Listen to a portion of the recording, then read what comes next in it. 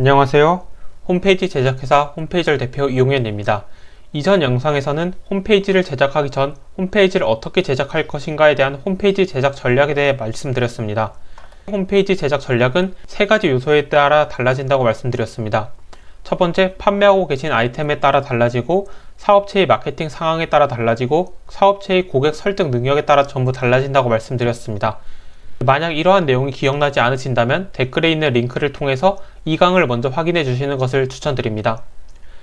그리고 이번 강의에서는 실질적으로 홈페이지를 제작할 때 어떤 자료를 준비해야 되는지 홈페이지 기획서에 대해 안내 드리도록 하겠습니다.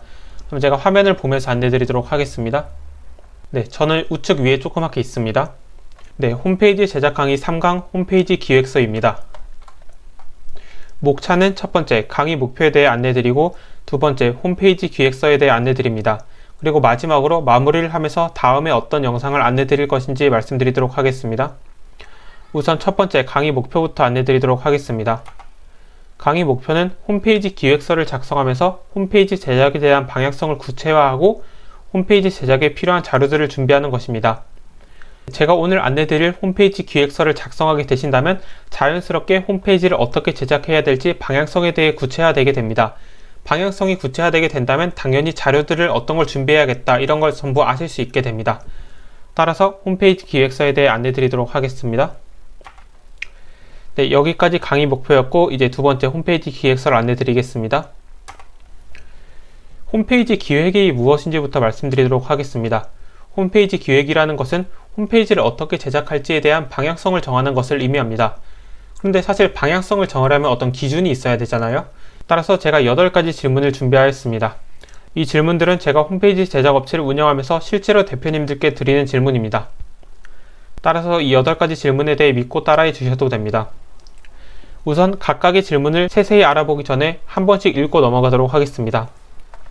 첫 번째, 어떤 문제를 겪고 계시기에 홈페이지를 제작하려 하시나요? 두 번째, 고객들에게 어떤 상품이나 서비스를 판매하고 계신가요? 세 번째, 주 고객은 어떤 사람들인가요? 네 번째, 주 고객은 어떤 상황에서 대표님의 상품이나 서비스를 이용하게 되나요? 다섯 번째, 사업체의 실력을 증명할 만한 자료가 있으신가요? 여섯 번째, 고객의 후기가 정리된 자료가 있으신가요? 일곱 번째, 어떤 마케팅 채널을 운영하고 계신가요? 여덟 번째, 홈페이지를 제작함에 있어 참조할 만한 홈페이지가 있을까요? 입니다. 네, 우선 첫 번째 질문부터 자세히 알아보도록 하겠습니다. 어떤 문제를 겪고 계시기에 홈페이지를 제작하려 하시나요? 입니다. 대표님께서 겪고 계신 문제에 따라서 홈페이지 제작 전략은 전부 달라지게 됩니다. 따라서 현재 어떤 문제를 겪고 계신지, 그리고 겪고 계신 문제를 어떻게 해결하고 싶으신 것인지 먼저 작성을 해주시면 됩니다. 하지만 제가 이렇게 말씀드리게 되면 어떻게 작성해야 되는 거지? 이렇게 어려움이 있으실 수도 있습니다. 따라서 제가 3가지 예시를 준비하였습니다. 이 3가지 예시를 참조하셔서 작성을 해주시면 됩니다. 우선 첫 번째, 새롭게 사업을 시작하였는데 사업체를 홍보하는 것에 어려움을 겪고 있어서, 즉 문제 상황입니다. 그래서 홈페이지를 통해 사업체에 대해 홍보를 하고 문의를 받는 것이 목적이다. 이것이 해결하고 싶은 방향입니다.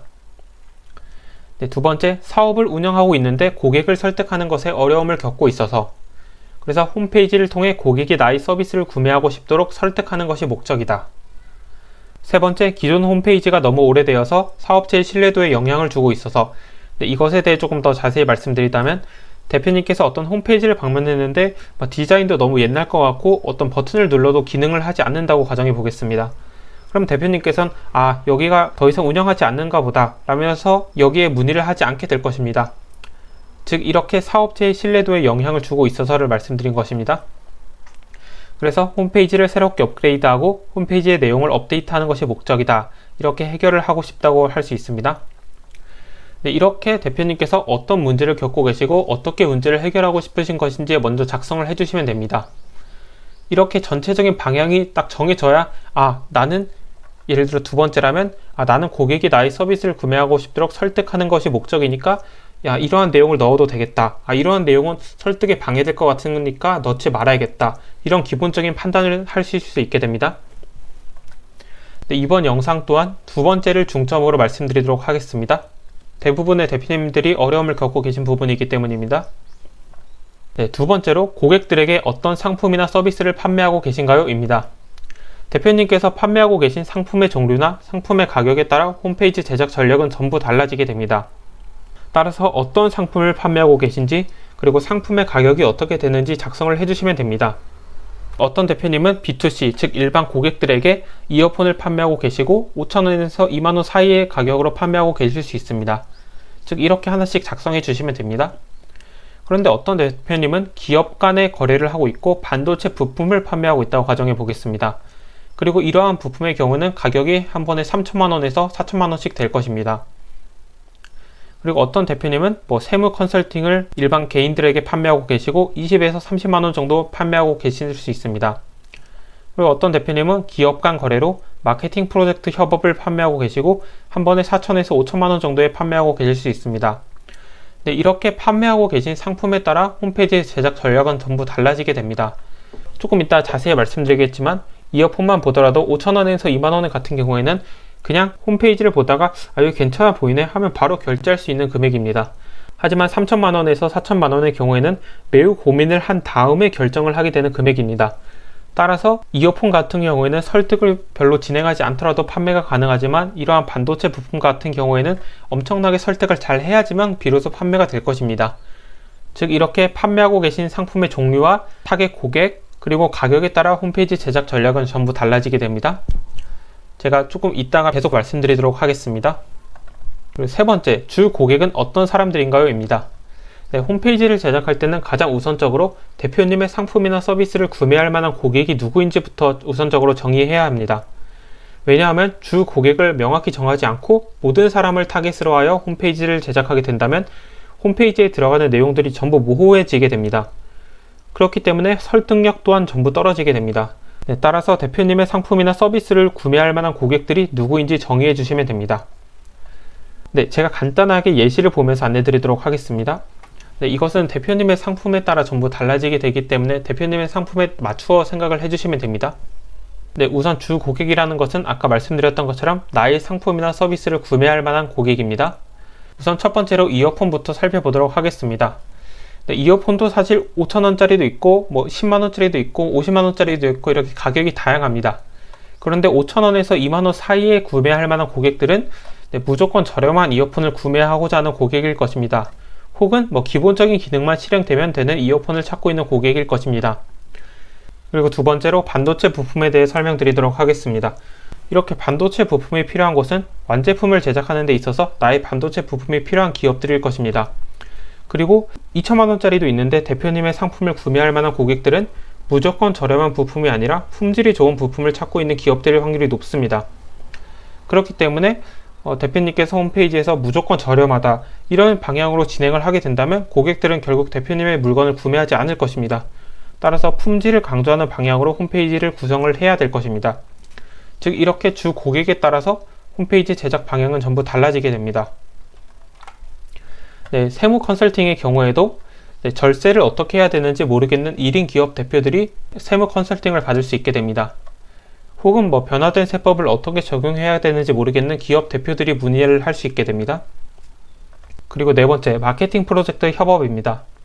이러한 경우 4천만원에서 5천만원에 판매를 하고 있다 가정해 보겠습니다. 일반적으로 마케팅 프로젝트 협업이 구매할 만한 고객들은 단일 프로젝트를 위해 마케팅 전문가가 필요한 기업들일 경우가 있습니다. 즉 일반적으로 마케팅 활동을 잘 하지 않아서 마케팅 정직원들이 없는 기업인데 어떤 프로젝트를 진행하기 위해서 일시적으로만 필요할 때가 있습니다. 이러한 경우에는 정직원을 고용하기보다는 외부에 협업을 하는 경우가 많습니다. 따라서 단일 프로젝트를 위해 마케팅 전문가가 필요한 기업들이라고 타깃을 정해주시면 됩니다. 그리고 기업의 신제품 출시에 있어 나의 마케팅 성공 경험이 필요한 기업들이 마케팅 프로젝트 협업을 구매할 수 있습니다. 예를 들어서 어떤 기업이 신제품을 출시하는데 이것을 무조건 성공시켜야 할 때가 있습니다. 그럴 때 대표님께서 어떤 마케팅을 성공적으로 한 경험이 있다면 대표님께 문의를 할 수 있게 됩니다. 즉 이러한 경우에 대표님의 상품을 구매하게 되는 것이기 때문에 나의 상품이나 서비스를 구매할 만한 고객이 누구인지 천천히 생각해 보시는 것을 추천드립니다.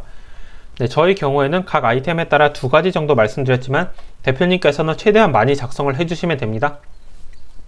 네 번째로 주 고객은 어떤 상황에서 대표님의 상품이나 서비스를 이용하게 되나요? 입니다. 주 고객이 어떤 상황에서 대표님의 상품이나 서비스를 이용하는지 알게 된다면 이 부분을 공략하여 대표님의 상품을 구매하고 싶도록 유도할 수 있게 됩니다. 따라서 고객이 어떤 상황에서 대표님의 상품을 이용하게 되는 것인지 생각을 해주시면 됩니다. 이전의 경우에도 기업의 신제품 출시에 있어 나의 마케팅 성공 경험이 필요한 기업들이라고 말씀드렸습니다. 그러면 대표님의 홈페이지에서 저는 신제품 이런 걸 출시하는 데 있어서 이렇게 마케팅을 성공한 경험이 있습니다. 이러한 경우에는 이런 걸 준비했기 때문에 저는 이렇게 잘할 수 있었습니다. 이러한 부분을 강조하게 된다면 신제품을 출시하는 기업에서는 나도 이러한 도움이 필요한데 나도 여기 한번 문의해 봐야겠다. 이렇게 대표님의 상품을 구매하고 싶도록 점점 더 흥미를 높여갈 수 있게 됩니다. 그런데 여기까지만 말씀드리게 된다면 대표님께서 언제 나의 상품을 구매하게 되는 거지? 이렇게 너무 생각하는 게 어려우실 수 있습니다. 따라서 제가 두 가지에 대한 팁을 말씀드리도록 하겠습니다. 첫 번째로 고객은 일반적으로 자신이 해결할 수 없는 문제가 있을 때 외부의 도움을 요청하게 됩니다. 따라서 대표님께서 고객들의 어떤 문제를 해결해 줄 수 있는지에 대해 정리를 해주시면 됩니다. 이를 기반으로 고객이 어떤 상황에서 대표님의 상품을 이용하게 되는 것인지 역으로 추적을 할 수 있게 됩니다. 즉 대표님께서 나는 이런 것을 할 수 있어, 이걸 여러 개 작성을 해보는 것입니다. 그 다음 고객이 언제 내가 할 수 있는 것을 필요로 할까, 이런 것을 작성을 하게 된다면 고객이 이러한 상황에서 내 상품을 필요하게 되겠구나, 이런 것을 전부 알 수 있게 될 것입니다. 그리고 두 번째 팁은 사람들은 투자해야 되는 시간과 비용을 최대한 줄이고 싶어 합니다. 예를 들어 대표님이 어떤 일을 해야 되는데 이 일을 하기 싫어하는 것이라면 최대한 빠르게 해결하고 싶을 것입니다. 그리고 당연히 비용도 최소화하고 싶으실 것입니다. 따라서 대표님의 상품이나 서비스를 이용하게 되었을 때 고객이 투자해야 되는 시간과 비용을 줄일 수 있다면 이 부분을 강조하는 것이 좋습니다. 제가 예시를 들어서 멘트를 한번 만들어 보았습니다. 이것을 기준으로 조금 변경해서 사용해 보아도 좋으실 것입니다. 대표님께서 어떤 작업을 대신해주는 서비스를 운영하고 있다고 가정하고 제가 말씀드리도록 하겠습니다. 저희 서비스를 이용하게 되시면 평균 3달이 걸리는 것을 2주 만에 해결하실 수 있게 됩니다. 대표님께서 3달 동안 고생하시면서 될지 안 될지도 모르는 것을 저에게 맡겨주신다면 2주 만에 확정적으로 해결할 수 있게 되는 것입니다. 그리고 대표님은 본업에 집중하실 수 있게 됩니다. 만약 대표님이 직접 작업을 진행하게 되신다면 3달 동안 계속 신경을 써야 할 것이고 당연히 본업에 영향을 줄 것이 분명합니다. 하지만 저희 서비스를 이용하게 되신다면 본업에 집중을 하실 수 있게 됩니다. 대표님의 시급을 계산해 보신다면 오히려 저에게 맡기시는 것이 금전적으로도 큰 이익이 될 수 있습니다. 시간적으로도 3달이 걸릴 것을 2주로 줄일 수 있기 때문에 당연히 큰 이익이 될 것입니다. 그리고 만약 저에게 맡겨주신다면 앞으로 발생할 수 있는 여러 문제들을 미리 피해가는 방법도 알려드리겠습니다. 즉 이렇게 말함으로써 대표님이 고객에게 저희 상품을 이용하면 이러한 이점이 있습니다 라는 걸 어필할 수 있게 됩니다. 따라서 대표님께서 대표님의 상품을 이용하였을 때 고객이 투자해야 되는 시간과 비용을 줄일 수 있다면 이 부분에 대해 생각을 해보시는 것을 추천드립니다. 다섯 번째, 사업체의 실력을 증명할 만한 자료가 있으신가요? 입니다. 대표님께서는 고객에게 저는 전문가이기 때문에 겪고 계신 문제를 해결해 드릴 수 있습니다 라고 말씀하실 수 있습니다. 하지만 고객의 입장에서는 아직 대표님의 서비스를 받기 전이기 때문에 대표님이 진짜 실력이 있는지 없는지 알 수가 없습니다. 그리고 함부로 믿을 수도 없습니다. 왜냐하면 잘할 수 있다는 것을 믿었다가 사기를 당할 수도 있기 때문입니다. 따라서 대표님의 실력을 증명할 수 있는 객관적인 자료가 있다면 이를 활용하는 것이 가장 좋습니다. 제가 예시를 들어 말씀드리도록 하겠습니다. 이것은 대표님의 업종이나 아이템에 따라 전부 달라지기 때문에 이런 걸 생각할 수 있겠다 라는 관점으로 봐주시면 됩니다. 기업 홈페이지의 경우에는 특허증이나 연구 내역, 그리고 작업 사례를 활용할 수 있을 것입니다. 이렇게 실질적으로 기술이 있고, 즉 전문성이 있고, 이렇게 작업을 해본 경험이 있다, 이렇게 실력을 증명하는 것입니다. 그리고 예를 들어 변호사와 같이 서비스 제공하는 경우에는 전문성이 담긴 글이나 영상, 그리고 변호 사례를 활용할 수 있을 것입니다. 즉 나는 이렇게 전문성이 있고 이렇게 변호를 해본 경험이 있다, 이런 것을 통해 실력을 증명할 수 있을 것입니다. 즉 이렇게 대표님의 실력을 증명할 만한 자료가 어떤 게 있을지 한번 생각을 해주시면 됩니다. 팁을 드리자면 경쟁 업체에서는 어떠한 방식으로 실력을 증명하고 있는지 한번 확인해 보시는 것을 추천드립니다. 경쟁업체 홈페이지를 한번 들어가 보셔서 여기는 이렇게 실력을 증명하고 있구나, 나도 이 자료가 있으니까 한번 활용해 봐야겠다, 이렇게 여러 군데를 방문해 보시면서 한번 아실 수 있게 되는 것입니다. 그리고 여섯 번째, 고객의 후기가 정리된 자료가 있으신가요? 입니다. 대표님께서 실력이 있다는 것을 입증하셨더라도 아직 고객의 입장에서는 불안이 남아 있습니다.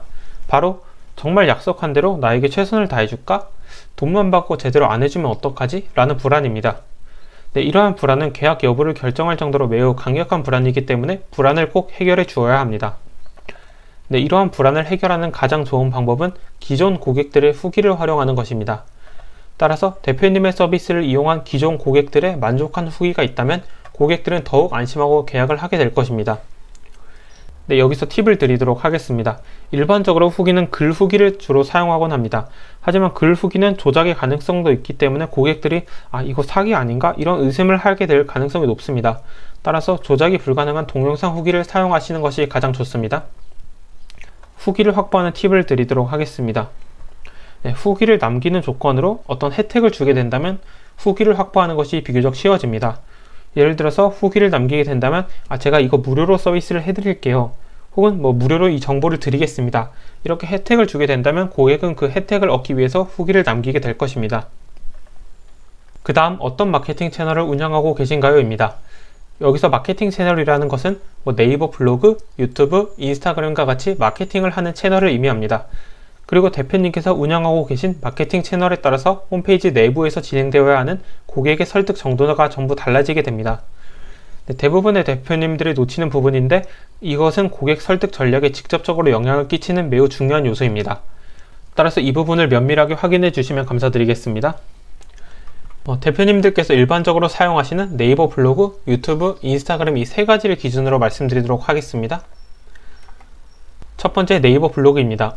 네이버 블로그는 그 네이버에서 키워드를 검색한 다음에 대표님의 블로그를 읽게 되는 구조입니다. 즉 이것은 검색을 기반으로 하는 마케팅 채널입니다. 근데 검색을 했다는 것 자체가 관심이 있는 사람들이 검색을 하게 될 것입니다.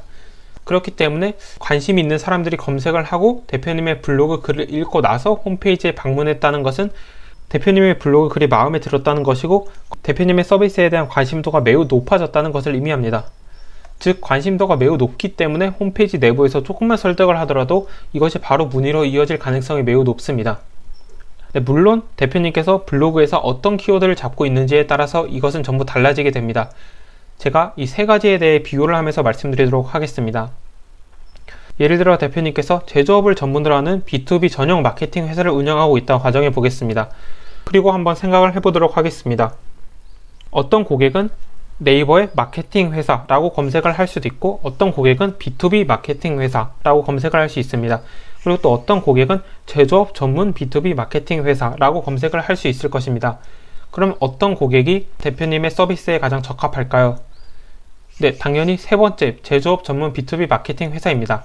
왜냐하면 B2B 마케팅 회사만 하더라도 제조업, 서비스업, 건설업 이렇게 여러 군데로 나눠지게 됩니다. 즉 이 중에서 일부만 대표님의 서비스를 이용할 만한 주 고객이 되는 것입니다. 만약 마케팅 회사라면 일반 소상공인일 수도 있고 대기업일 수도 있고 여러 가지로 나눠지기 때문에 훨씬 범위가 넓어질 것입니다. 즉 그렇기 때문에 대표님께서 네이버 블로그에서 제조업 전문 B2B 마케팅 회사라는 키워드를 잡고 있으신다면 이것을 검색한 사람들은 매우 높은 확률로 대표님께 문의를 하게 될 것입니다. 즉 이렇게 고객이 어떤 의도로 검색을 한 건지 한번 생각을 해보게 된다면 대표님께서 블로그를 운영하실 때 이런 키워드를 잡아야겠다 라는 것을 아실 수 있게 될 것입니다. 두 번째로 유튜브입니다. 유튜브는 상단의 검색창에 검색을 해서 영상을 찾아서 보는 방법도 있고 아니면 화면에 우연히 나타나는 알고리즘이라는 것을 통해 보게 되는 방법이 있습니다. 이 두 가지에 따라서 고객 설득 정도가 전부 달라지게 됩니다. 우선 검색에 의한 영상 시청부터 말씀드리도록 하겠습니다. 네, 블로그와 같이 검색 의도에 따라 고객 설득 필요 정도가 달라집니다. 즉 방금 말씀드렸던 것처럼 어떤 키워드를 잡느냐에 따라서 대표님의 서비스를 이용할 만한 주 고객이 전부 달라지게 됩니다. 따라서 대표님께서 제조업 전문 B2B 마케팅 회사를 운영하고 계신다면 이 키워드를 잡는 것이 가장 좋을 것입니다. 조금 자세히 말씀드린다면 이 키워드를 잡게 된다면 대부분의 고객은 이 영상을 보신 다음에 대표님께 문의를 하게 될 것입니다. 하지만 마케팅 회사라는 키워드를 잡게 된다면 이 중 극소수만이 대표님께 문의를 하게 될 것입니다. 그리고 실질적으로 마케팅 회사라고 검색한 사람들은 자신이 어떤 것을 정확히 필요로 하는지 모를 가능성이 높습니다. 그렇기 때문에 홈페이지에 들어왔더라도 매우 강하게 설득을 해야만 할 것입니다. 네, 다시 한번 말씀드리지만 고객이 어떠한 의도로 이 키워드를 검색했을지에 대해 한번 생각을 해보시면 됩니다. 네, 그렇게 블로그와 같이 검색 의도에 따라서 고객 설득 필요 정도가 전부 달라지게 됩니다. 그 다음 알고리즘에 의한 영상 시청입니다. 대표님이 새로 고침을 했더니 우연히 영상이 나타나서 이것을 클릭한 것이기 때문에 검색 이후에 영상을 시청하는 것보다는 대표님의 상품에 대한 관심도가 낮을 것입니다. 즉 상품에 대한 관심도가 낮기 때문에 홈페이지에 방문했더라도 관심도가 낮은 상태로 방문했을 가능성이 높습니다. 그렇기 때문에 관심도를 매우 크게 높여야지만 문의로 이어지게 될 것입니다. 그리고 세 번째 인스타그램입니다. 인스타그램도 유튜브와 마찬가지로 검색을 해서 게시물을 확인하는 방법도 있고 알고리즘이라는 것에 의해 우연히 게시물이 나타나는 경우도 있습니다. 검색에 의한 게시물 확인의 경우 유튜브와 마찬가지로 그 블로그와 같이 어떤 키워드를 검색해서 찾아보느냐에 따라서 고객 설득 필요 정도가 달라집니다. 네, 알고리즘에 의해 우연히 나타난 경우에도 검색에 의한 게시물보다 상품에 대한 관심도가 낮기 때문에 대표님이 홈페이지에서 매우 강하게 설득을 해야만 문의로 이어지게 될 것입니다. 즉 이렇게 대표님께서 어떤 마케팅 채널을 운영하고 계신지에 따라서 홈페이지 내부에서 고객을 설득해야 되는 정도가 전부 달라지게 됩니다. 따라서 대표님께서 어떤 마케팅 채널을 운영하고 계신지 한번 확인해 보시는 것을 추천드리고 어떤 키워드를 잡고 있는지 한번 확인해 보시는 것을 추천드립니다. 그 다음 8번째, 홈페이지를 제작함에 있어 참조할 만한 홈페이지가 있을까요? 입니다. 이 질문은 제가 홈페이지 제작 업체를 운영하면서 대표님들께 드리는 질문이기 때문에 이렇게 나타나 있습니다. 하지만 이 영상을 보시는 몇몇 대표님들께서는 직접 홈페이지를 만드는 상황이 있을 수 있기 때문에 어떤 것을 하면 되는지 안내드리도록 하겠습니다. 대표님 분야의 경쟁사나 업체 선도의 홈페이지들을 보면서 여기는 왜 이렇게 홈페이지를 구성했을까에 대해 생각을 해보시면 됩니다. 네, 단순히 따라하는 것이 아니라 홈페이지를 이렇게 제작한 이유가 무엇일까에 대해 분석을 해보시면 되는 것입니다. 이렇게 분석을 하다 보시면 여기는 이게 장점이기 때문에 홈페이지를 이렇게 제작했구나. 나는 이게 장점이니까 이렇게 제작해야겠다 라는 깨달음을 얻으실 수 있게 될 것입니다. 네, 이러한 분석 내용을 기반으로 대표님의 홈페이지를 제작하면 되는 것입니다. 네, 무작정 따라하면 안 되는 이유에 대해서도 말씀드리도록 하겠습니다. 그 대표님의 장점과 그 업체 선도의 장점이 다를 수도 있습니다. 그런데 홈페이지를 그대로 따라하게 된다면 오히려 대표님의 단점이 되는 부분이 홈페이지에 들어갈 수 있게 됩니다. 그러면 고객 입장에서는 당연히 여기 문의하면 안 되겠다 라면서 설득력이 떨어지게 될 것입니다. 그렇기 때문에 결국 매출에도 영향을 주게 될 것입니다. 그러기에 무조건 따라하는 것보다는 왜 이렇게 홈페이지를 제작했을까 이런 것에 대해 한번 생각해 보시는 것을 추천드립니다.